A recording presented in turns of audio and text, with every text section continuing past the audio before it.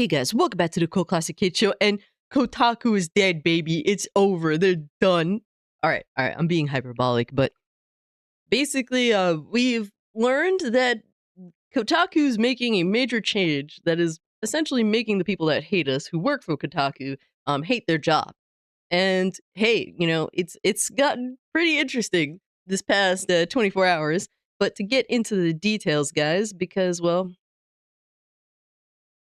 Kotaku editor-in-chief resigns over new editorial edict. Staff at the site will be expected to write 50 guides a week. Oh my god, you're asking Kotaku reporters to actually play video games. It's over for these motherfuckers. It's a wrap, bro.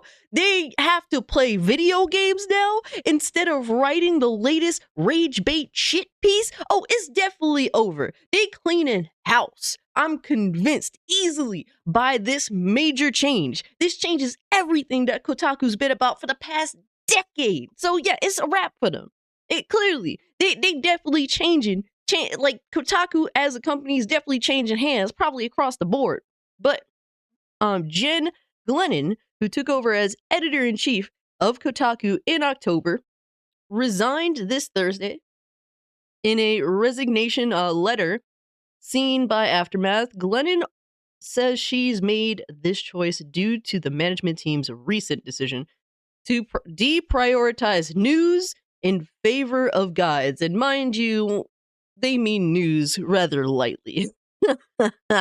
Like, does Kotaku really report news, or really do they just write politically motivated shit pieces? I mean, to me, that's just what I see them for. That's the only thing that gains traction, and they know it at this point.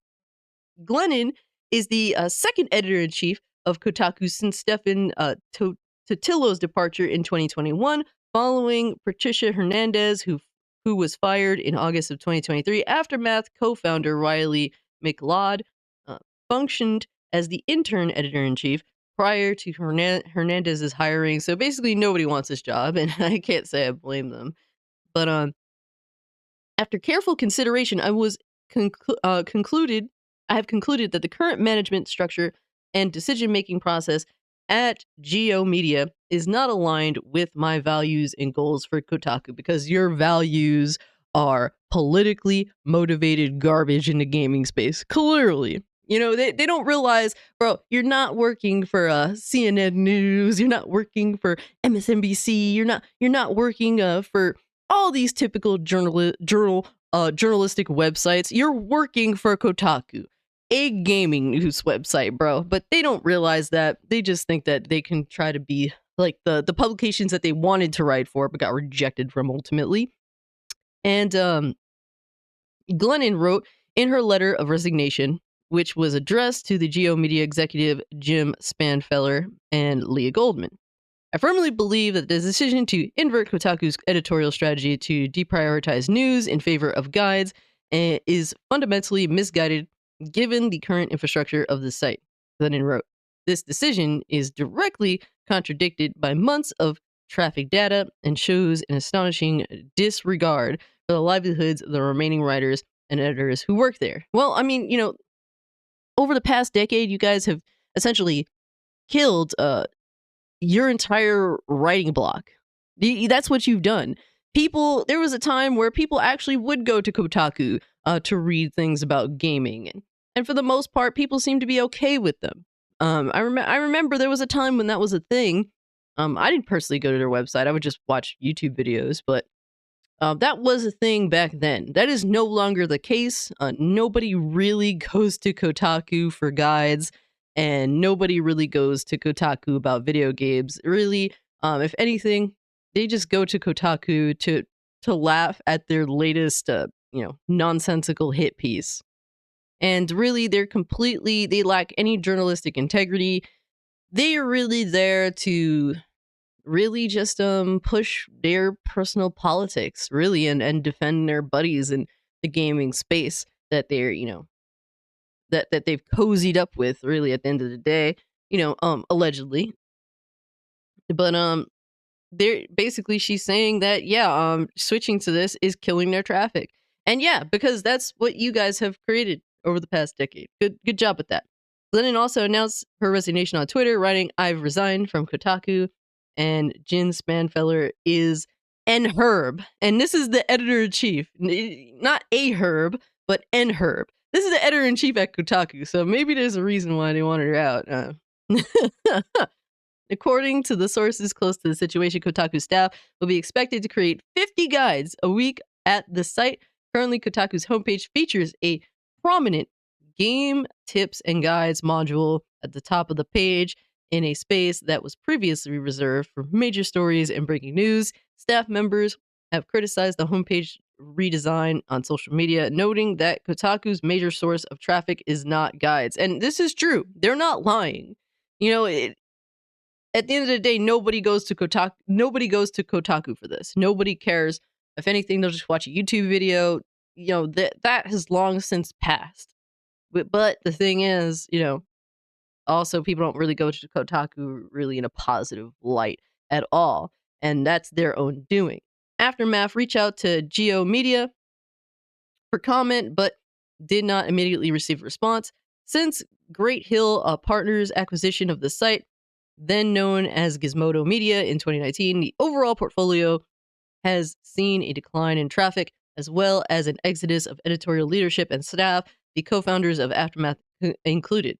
Most recently, Spanfeller announced the sale of Deadspin and layoffs of all staff working there. In November, Pace bought former Geo Media site Gizbel. Following the site's closure, the full layoff of the staff in March of 2013, former Geo site Lifehacker was sold off. These websites, the past few years, really, these websites are going down the shitter. Not just gaming news websites, just rage bait, clickbait websites entirely. That's what a lot of these websites have become. Claiming to be all about journalism and integrity, and I mean, yeah. The classic mean of Kotaku's journalistic integrity, 404. So nobody feels bad for Kotaku. Essentially this does probably likely mean the end. If I were working at Kotaku, which I would rather die than do, mind you, I would definitely be looking for a new job. You better go get, have an idea what hard labor is, motherfucker, because when it comes to writing, news and whatnot, that's a thing of the past for y'all. It is what it is on that front. And I don't feel sorry for them. Nobody feels sorry for Kotaku. You have the people in the gaming space, maybe, and other journalist websites, but that's because they're in it to fail together. And it is what it is. And we could even go to Jen Glennon's on Twitter. And this is not someone I would definitely want as my boss, mind you, but and basically she's just retweeting a bunch of people standing by her, or like websites standing by her. So Shaq News here definitely standing by her with really, you can tell that they're super lefty because leftists can't meme. But she just is retweeting a bunch of people, like, patting her back for doing this and having her back. Oh my god. I don't know how you could own a site as special as Kotaku. Special. Yeah, more like special ed, bro. And so energetically mismanaged. That's what's special about it, but here we are. All they're special at is clickbait, man. That's all it is. And I can't even say, them being shills is necessarily special, because most of these websites are shills. But Nathan here says Geo Media is effectively forcing Kotaku to pivot away from news and mandating that its staff of 7 writers churn out an impossible number of guides per week. Not what writers signed up for, and not why people visit Kotaku in the first place. Stupid and cruel, and you know what? Good. You deserve it. You guys you've done nothing positive for the gaming space the past decade. If anything, you've just made things worse. And hey, man, if Kotaku dies, let it fucking burn. Let it burn. And Carolyn here, which I believe is, if I'm not mistaken, one of the people that used to do that feminist frequency, like a thing with Anita Sarkeesian. I don't know. I guess they had like a podcast or something, if I'm not mistaken. And they say, maybe, just me, but I really think news publications should be owned by people that actually value journalism.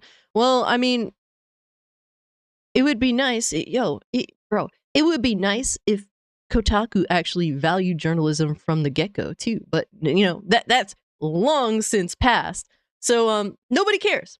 Y'all pretend to care, but at the end of the day, you have shown blatant disregard for the people that essentially were your traffic to your website.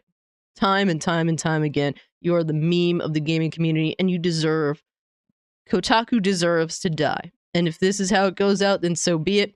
Get the fuck out. Nobody wants to go write for some other website. And we could have yet another journalistic website bite the dirt because of their own doing. That's what it is at the end of the day. You can try and spin it any which way you want. And in some ways they are right. It is what it is. They know that it's the end, and they refuse to blame themselves for it, and that's the part that they get wrong. But they know that, yeah, this is not going to get traffic to their website, and they know that they need rage clicks, they need rage bait in order to survive and hit their numbers. But yeah, guys, let me know what you think about this. Do you think Kotaku's done? At some point, it's going to happen, unless they manage to find new people. But even then, you could have new people there, but it's not like suddenly the name Kotaku is going to be a positive thing by any means.